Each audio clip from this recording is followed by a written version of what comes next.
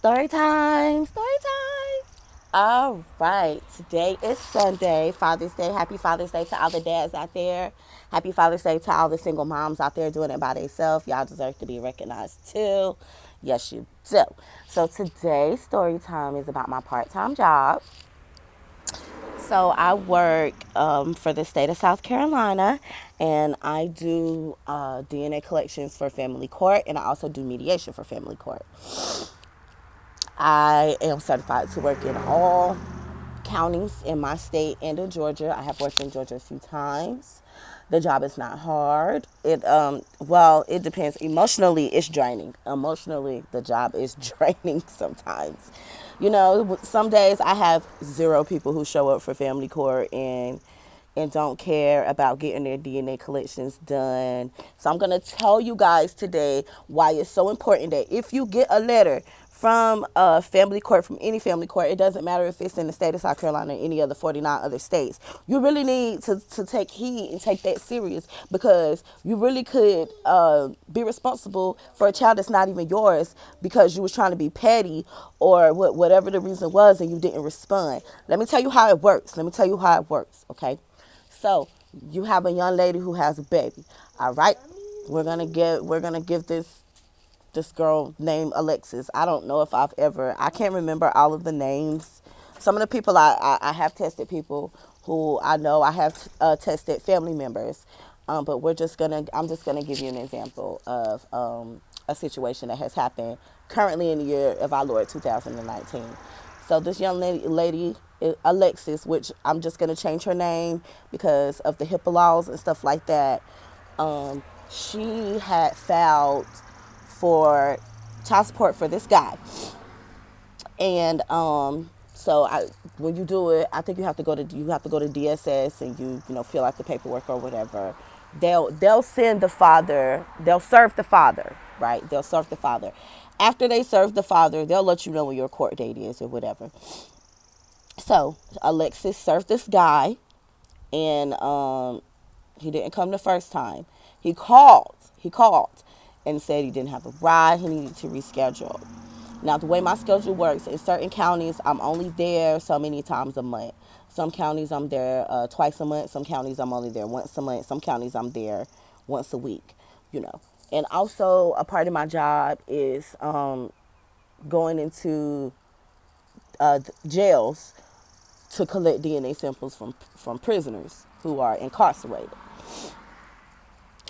So it doesn't scare me. I've had people in my family who've been, in prison. My father was in prison. My brother was in prison. It doesn't really scare me to go to the jailhouse. The only thing I don't like about going to visit somebody in jail is that when you go to the visitation room, it's like people coughing. It's all kind of smells. That shit be terrible. And so, like, I remember telling my brother the last time he was in jail, he went to jail, and I went and seen him, and I told him, look, I love you. I will send you money. But this here, no, I can't come see you no more. Like, I think I got the flu. And I was brand new pregnant. So this was 6 years ago. Almost 7 years ago. Because my child is 5.5, a little over 5.5 now. So Alexis served the guy. He didn't come the first time. He rescheduled, didn't come the second time. So when he didn't come the second time, the state, by default, named him as the father, even though he didn't take no DNA test. This is why I say, fellas, y'all really have to pay attention to this stuff. Because you can think you're trying to be cute and not acknowledge some shit until the state takes your state check and they come to your job and they take your ass to jail for back child support because you ignored this paperwork that you were served with, and by default you're the child's father. Because if you do not show up in court, they will name you the child's father by default. And do you know what you have to do to be able to get off of that paperwork? It's going to cost you thousands, tens of thousands of dollars.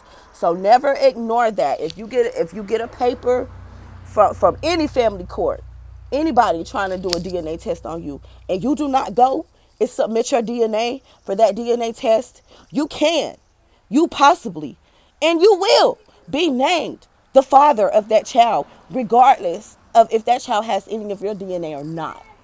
So this is why I always try to tell, especially young guys, do not ignore that stuff. Because I had a guy roll up on me on some, I know this not my baby, and I had to hit him with a, well, I explained to you, you know, if you don't come, you will be named the default father. What? Well, don't open the door and let the bug in the house, honey. Go play in the yard or something.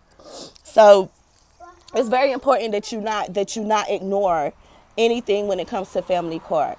All right.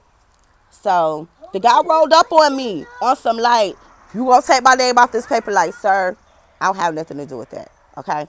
So if you, any young men, public announcement. If a young lady files child support against you and a paternity suit against you, and you do not respond to the paternity suit, you will by default be that child's father. That means that by default, you owe her child support until that child turns 18 and or graduates from college, depending on which state you're in. You know what I'm saying? And depending on the laws in that state. Some states, parents get child support all the way up to 21. Some states, parents get child support all the way up until the point where their child graduates from either high school or college. So if a young girl hits you with a paternity suit and you do not respond, you will by default be that child's father.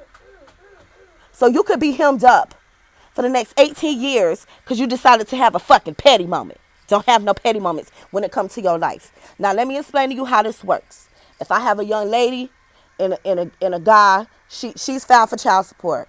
He's saying she's a thot. Nowadays, that's what you hear. Oh, she was a thot. She was a hood thot. Whatever. Okay, both of you will come in. You will see the judge. The judge will ask you, do you want a paternity test? Okay. If you say yes, the judge stops all proceedings right there. He sends you to me. Okay. When you come to me, this is what's going to happen. You, her, and the child are going to sit down. Most of the time, I keep the child out of the room for this. He'll sit outside because when you're doing DNA collections, there's always 2 DNA collectors. Okay. We send the child out of the office. The office is in the presence of the other DNA collector. No, go through that door. That door is locked. You see it's locked. So we send the minor child out of the room with if you don't leave me alone. If you go in the house, you're staying. Now it's only like 11 o'clock in the morning. Don't be running in and out my house. Either you're going to stay outside or you going to go on the inside. But you ain't finna be running back and forth for you to let a bug up in my house to be in there crying. Don't and get. Thank you. You better go play in the yard. You got all these toys out here. You won't bother me. You go back in the house, you stand in the house. Ripping and running up in and out of my house. Anyway, sorry about that. We'll send the minor child out with one DNA collector. Both parents, the mother and the alleged father, will come into my office and I will talk to them both and try to mediate the situation. And it goes a little something like this, okay?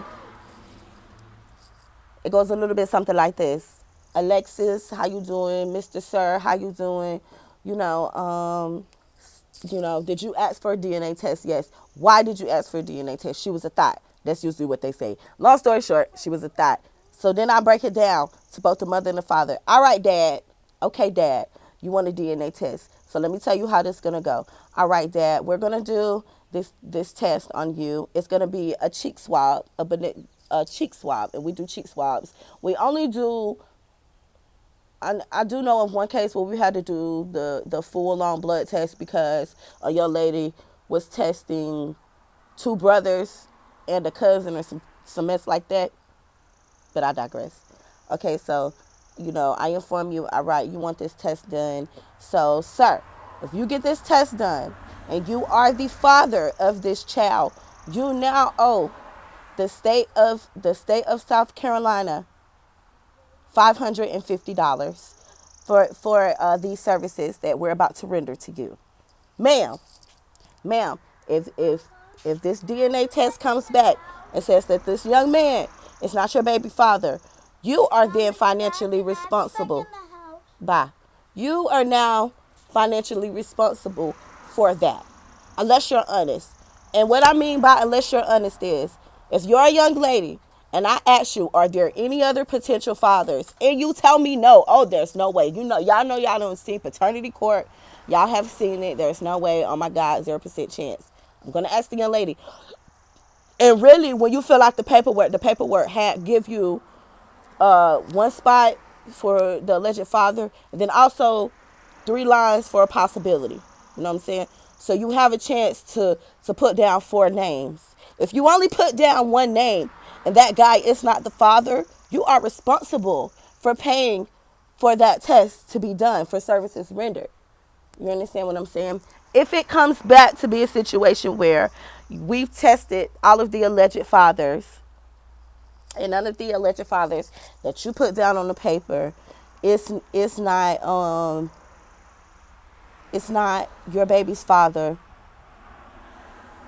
then it really just depends on what county you are in. You could be held responsible for paying for all of those tests. The state could bear some of the cost, or the taxpayers will bear the cost of that. So it's very important. You know what I'm saying? And I know people don't be thinking about this when they out there thotting and stuff